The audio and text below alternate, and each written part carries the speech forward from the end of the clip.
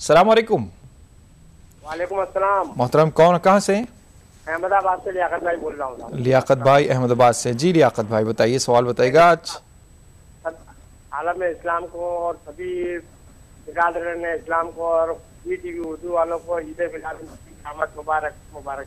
जी आपको भी बेहद मुबारक। जी अच्छा, सवाल मेरा ये था कि सरकार ने वालिदैन के हुकूक के बारे में जो फरमाया है, थोड़ा उसके बारे में रोशनी डाली जाए तो बेहतर होगा। नबी करीम सल्लल्लाहु ताला अलैहि वसहबिही वसल्लम की खिदमत बाबरकत में एक सहाबी ने अर्ज़ किया, सही बुखारी शरीफ में यह हदीस मुबारक है, मन अहक़्क़ुन्नासि बिहुस्नि सहाबती, या रसूल अल्लाह सल्लल्लाहु अलैहि वसल्लम तमाम इंसानों में सबसे ज़्यादा मेरे हुस्न सलूक के हक़दार कौन हैं?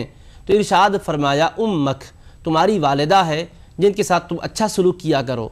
फिर अर्ज़ किया सुम्मा मन, फिर कौन हक़दार हैं? तो फरमाया उम्मक, तुम्हारी वालिदा तुम्हारे हुस्न सलूक की ज़्यादा हक़दार हैं। फिर अर्ज़ किया सुम्मा मन, फिर कौन हक़दार हैं? तो फरमाया वा उम्मक, तुम्हारी वालिदा तुम्हारे हुस्न सलूक की ज़्यादा हक़ रखती हैं। फिर अर्ज़ किया सुम्मा मन, तो फरमाया सुम्मा अबाका फ़अदनाका फ़अदनाका। उसके बाद फरमाया फिर तुम्हारे वालिद हुस्न सलूक के ज़्यादा हक़दार हैं। फिर उसके बाद तुमसे जो भी करीबी रिश्ता रखने वाले हों, वालिद के हवाले से हों खा वालिदा के हवाले से हों, ये तुम्हारे हुस्न सलूक के फिर तरतीबवार हक़दार हैं। तो अब यहाँ नबी करीम अलैहिस्सलाम ने वालिदा का 3 दर्जा वालिद के बिलमुकाबिल ज़ायद होना बयान फरमाया है।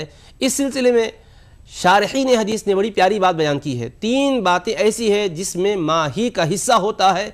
एक तो ये कि वो बच्चे को अपने शिक्म में रखती है, पेट में रखती है और वो उसकी कुल्फतों को बर्दाश्त करती है। दूसरी तकलीफ़ वज़ाए हमल की है, जब उसको जन्म देती है तो मशक्क़त के साथ उसको जन्म देती है। तीसरी उसकी शीरखारगी के ज़माने में अपना खून जिगर दूध की शक्ल में उसको पिलाती है।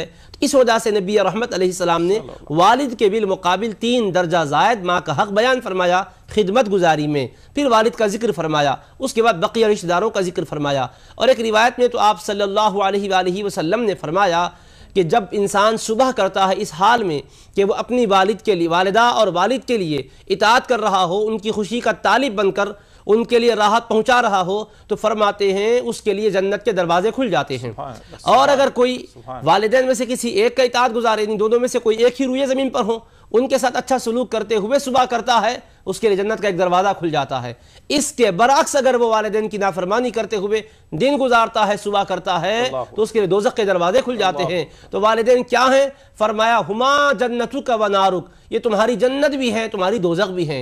इताअत करोगे तो जन्नत के हकदार बनोगे, दिल दुखाओगे तो दोज़ख के हकदार बन जाओगे। अलगरज़ नबी करीम अलैहिस्सलाम ने वालिदैन के साथ खुशगवार ताल्लुकात उस्तवार रखने की और उनकी खिदमत गुजारी करने की तालीम फरमाई है, ताकीद फरमाई है। अल्लाह हिफाजत फरमाए, हमारी माँ बाप की फरमाबरदारी करने वाला बनाए हमें।